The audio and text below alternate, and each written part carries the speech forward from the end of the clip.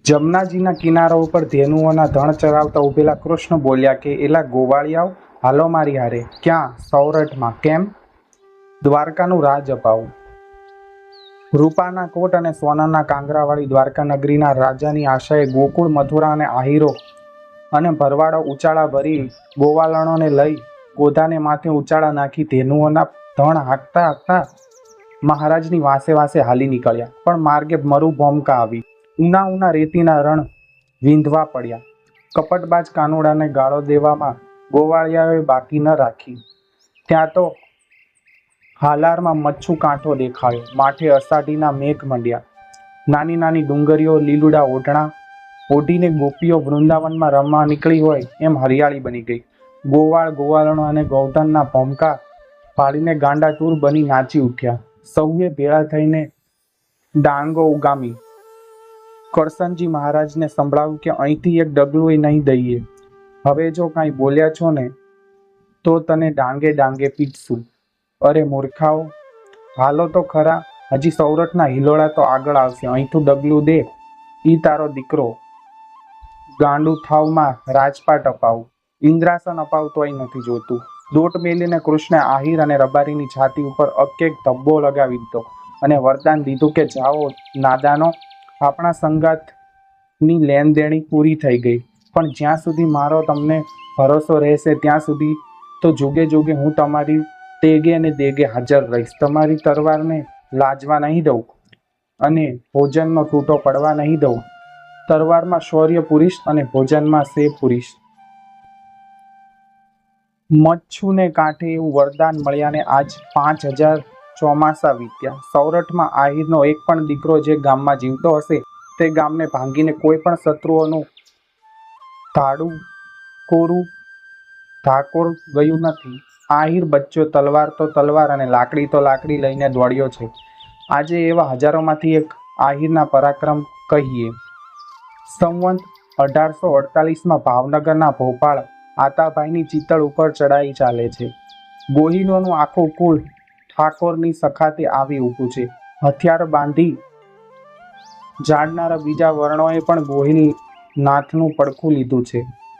1 મહિનો, 2 મહિના, 3 મહિના અને 6 મહિનાના સૂરજ ઉગી ઉગીને આથમ્યા પણ ચિત્તળમાં ઘેરાનો અંત આવતો નથી. કાઠિયાવાડના કોટની કાકરીએ ખરતી નથી. ચિત્તળના દરવાજેથી વછૂટતી તોપોના ગોળાનો માર ગોહિલોથી ખમાતો નથી. થાકેલા આતાભાઈને માથું ઢાળીને છાવણીમાં બેઠા છે એવો કોઈ બે માથાવાળો આ દાયરામાં જે દોટ મેલીને કાઠીઓના તોપના કાનમાં ખીલા ઠોકી આવે. એમ બોલતા બોલતા આતાભાઈએ આખી મેદાની ઉપર આંખ ફેરવી લીધી. બાપુ વાચાણી અને દેવાણી વીરો હોકારી ઉઠ્યા.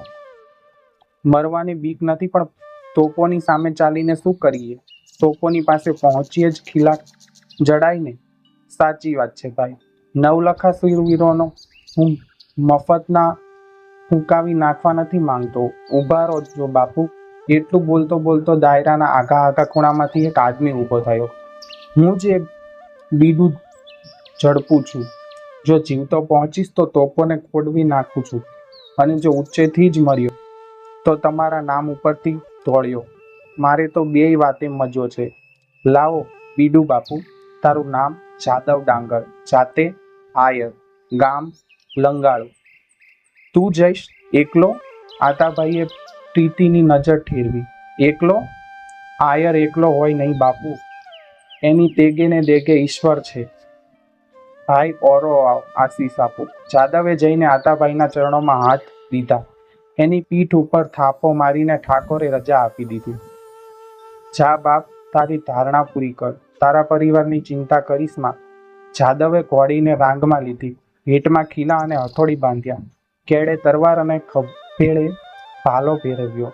મુરલીધરનું નામ લઈને સમી સાંજે કાઠીઓની તોપો સામે ઘોડી દોડાવી. સામે કાઠીઓની ધુઆધાર તોપો ફૂટે છે.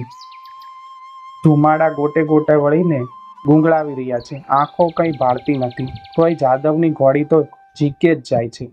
આવ્યો આવ્યો આવ્યો આયર લગોપગ આવ્યો. તે ઘડીએ ગોલંદાજોએ ભાળ્યો. ભાળતા તે ખાઈ ગયા. ત્યાં તો જાદવ ડાંગરની તરવારનો અકેક ઝટકો, અકેક ગોલંદાજનું આખું માથું લઈ લે છે અને અકેય તોપના કાનમાં ખીલો ઠાંસે છે.